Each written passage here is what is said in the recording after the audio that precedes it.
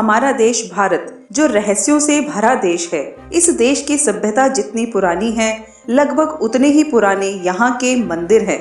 हजारों सालों से अपनी जगह पर खड़े मंदिर कई राज अपने अंदर छुपाए बैठे हैं। भारत में मौजूद कोई भी मंदिर ऐसा नहीं है जिससे जुड़ा कोई रहस्य वैज्ञानिकों या फिर आम आदमी के चर्चा का विषय ना हो। मित्रों, आज हम आप लोगों को एक ऐसे मंदिर के रहस्य के बारे में बताने वाले हैं जिसके बारे में जानकर आप लोग चौंक जाएंगे।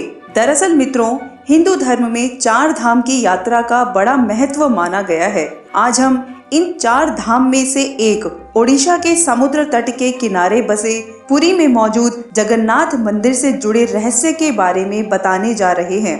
यह मंदिर भगवान विष्णु के अवतार श्री कृष्ण को समर्पित है। हर साल यहाँ लाखों श्रद्धालुओं का जमावड़ा लगता है। 800 साल से भी ज्यादा पुराने इस पवित्र मंदिर के दर्शन करने के लिए देश विदेश से लोग आते हैं। आज हम आपको इस मंदिर से जुड़े ऐसे ही रोचक रहस्यों की जानकारी देने जा रहे हैं जिनकी सच्चाई के बारे में आज तक पता नहीं चल पाया है। मंदिर में नहीं सुनाई देती समुद्र की आवाज। मित्रों, कहने को तो यह मंदिर समुद्र के किनारे पर बसा है, लेकिन मंदिर के अंदर समुद्र की लहरों की आवाज किसी को भी सुनाई नहीं देती है, जबकि समुद्र पास में ही है। लेकिन आप जैसे ही मंदिर से एक कदम बाहर निकालेंगे, वैसे ही समुद्र के लहरों की आवाज आपको सुनाई देने लगती है। ये वाकई किसी आश्चर्य से कम नहीं है। मंदिर में कभी नहीं होती प्रसाद की कमी। मंदिर में प्रतिदिन चाहे कितने ही श्रद्धालु दर्शन के लिए आएं, मगर प्रसाद की मात्रा कभी घटती नहीं है। हर समय पूरे साल के लिए भंडार भरा रहता है। ऐसी मान्यता है कि भगवान जगन्नाथ के प्रताप से यहाँ हजारों से लेकर लाखों लोगों तक प्रतिदिन भरपेट भोजन खिलाया जा सकता है, चाहे श्रद्धालुओं की संख्या में कितनी भी बढ़ोतरी क्यों ना हो जाए। मंदिर के अंदर पकाया जाने वाला प्रसाद कभी भी कम नहीं होता है। इसके पीछे भी एक रहस्य है। इस मंदिर की रसोई भी सबको हैरान कर देती है।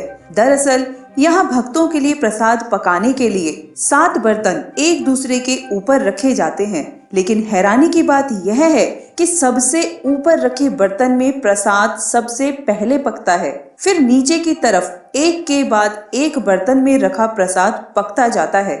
इसके अलावा यह भी कहा जाता है कि यहाँ हर दिन बनने वाला प्रसाद भक्तों के बीच कभी कम नहीं पड़ता। चाहे 10-20 हजार लोग आए या लाखों लोग, सबको प्रसाद जरूर मिलता है।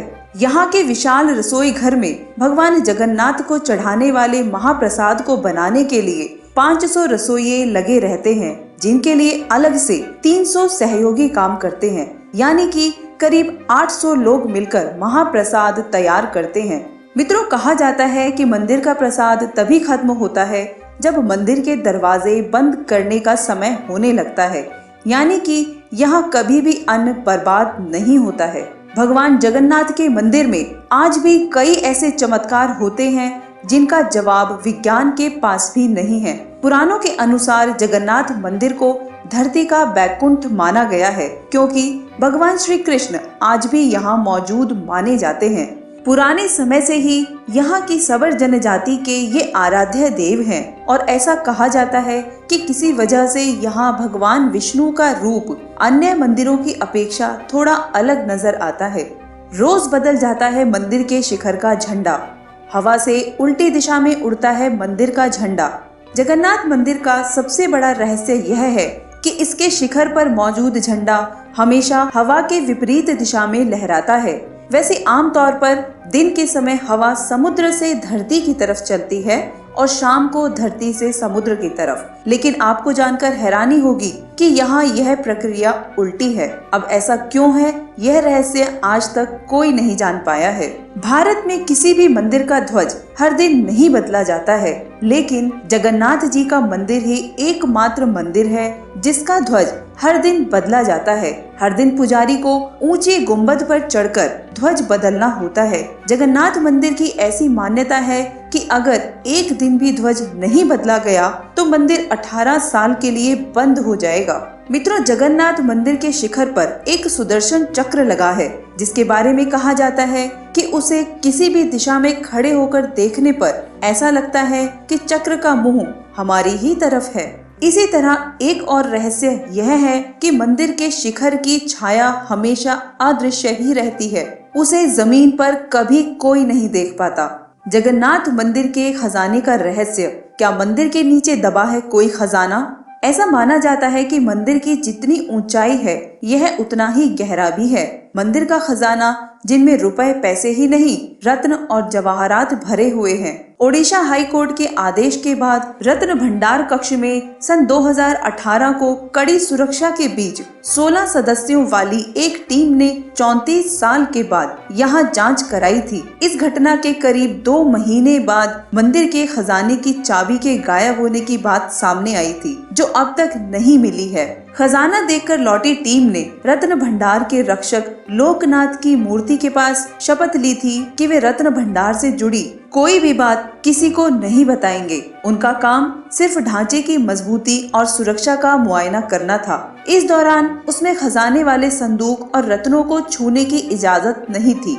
भगवान जगन्नाथ के खजाने की विशालता को लेकर इसलिए भी अटकलें लगाई जा रही हैं, क्योंकि इससे पहले सन 2011 में जगन्नाथपुरी के पास ही इमार मठ से एक मजदूर चांदी की एक ईंट चुरा कर ले गया था और उसके बाद एक ऐसा रहस्य उजागर हुआ जिसे देखकर प्रशासन की आंखें भी चौंधिया गई थी। जांच में जब इस मठ के कमरे को खोला गया तो उसमें से 100 करोड़ से अधिक कीमत की चांदी की ईंटें मिली थी और इसी वजह से अंदाजा लगाया जा रहा है कि मंदिर में खजाने का भंडार है। 7वीं सदी में हुआ था मंदिर का निर्माण। 3 बार टूट चुका है जगन्नाथ मंदिर। 1174 ईस्वी में अनंग भीमदेव ने दोबारा बनवाया था मंदिर।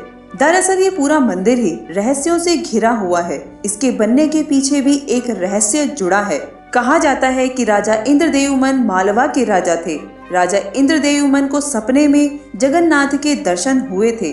सपने में ही भगवान विष्णु ने कहा था कि नीलांचल पर्वत की एक गुफा में मेरी एक मूर्ति है, उसे नील माधव कहते हैं। तुम एक मंदिर बनवाकर उसमें मेरी यह मूर्ति स्थापित करवा दो। राजा ने अपने सेवकों को नीलांचल पर्वत की खोज में भेजा, लेकिन नील माधव की पूजा सबर कबीले के लोग करते थे। राजा के सेवक ने वह मूर्ति चुरा ली और राजा को लाकर दे दी थी, लेकिन मूर्ति के चोरी होने से भगवान नील माधव बहुत दुखी थे, इसलिए वापस उसी गुफा में चले गए। लेकिन राजा से वादा करके गए कि वह एक दिन उनके पास जरूर लौटेंगे, बशर्ते कि वह एक दिन उनके लिए विशाल मंदिर बनवा दे। राजा ने मंदिर बनवा दिया। तब भगवान विष्णु से मंदिर में विराजमान होने के लिए कहा, तो भगवान ने कहा कि तुम मेरी मूर्ति बनाने के लिए समुद्र में तैर रहा पेड़ का बड़ा टुकड़ा उठाकर लाओ, जो द्वारिका से समुद्र में तैरकर पुरी आ रहा है। राजा के सेवकों ने लकड़ी के टुकड़े को ढूंढ लिया, लेकिन सब लोग मिलकर भी उस पेड़ के टुकड़े को नहीं उठा पाए।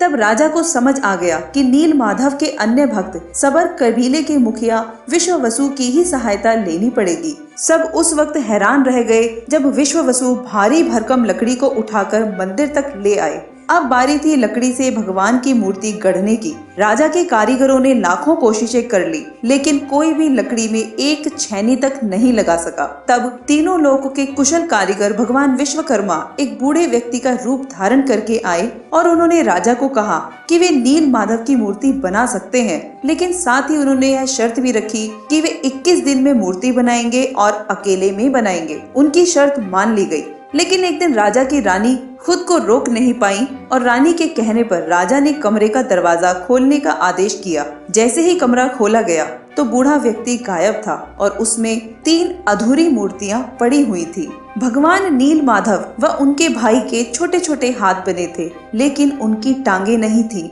जबकि सुभद्रा के हाथ पांव बनाए ही नहीं गए थे। राजा ने इसे भगवान की इच्छा मानकर इन्हीं अधूरी मूर्तियों को मंदिर में स्थापित कर दिया। तब से लेकर आज तक तीनों भाई बहन इसी रूप में मंदिर में विराजमान हैं। मित्रों, वीडियो अच्छा लगे तो हमें सपोर्ट करने के लिए वीडियो को लाइक और चैनल को सब्सक्राइब करना ना भूलें। वीडियो देखने के लिए धन्यवाद।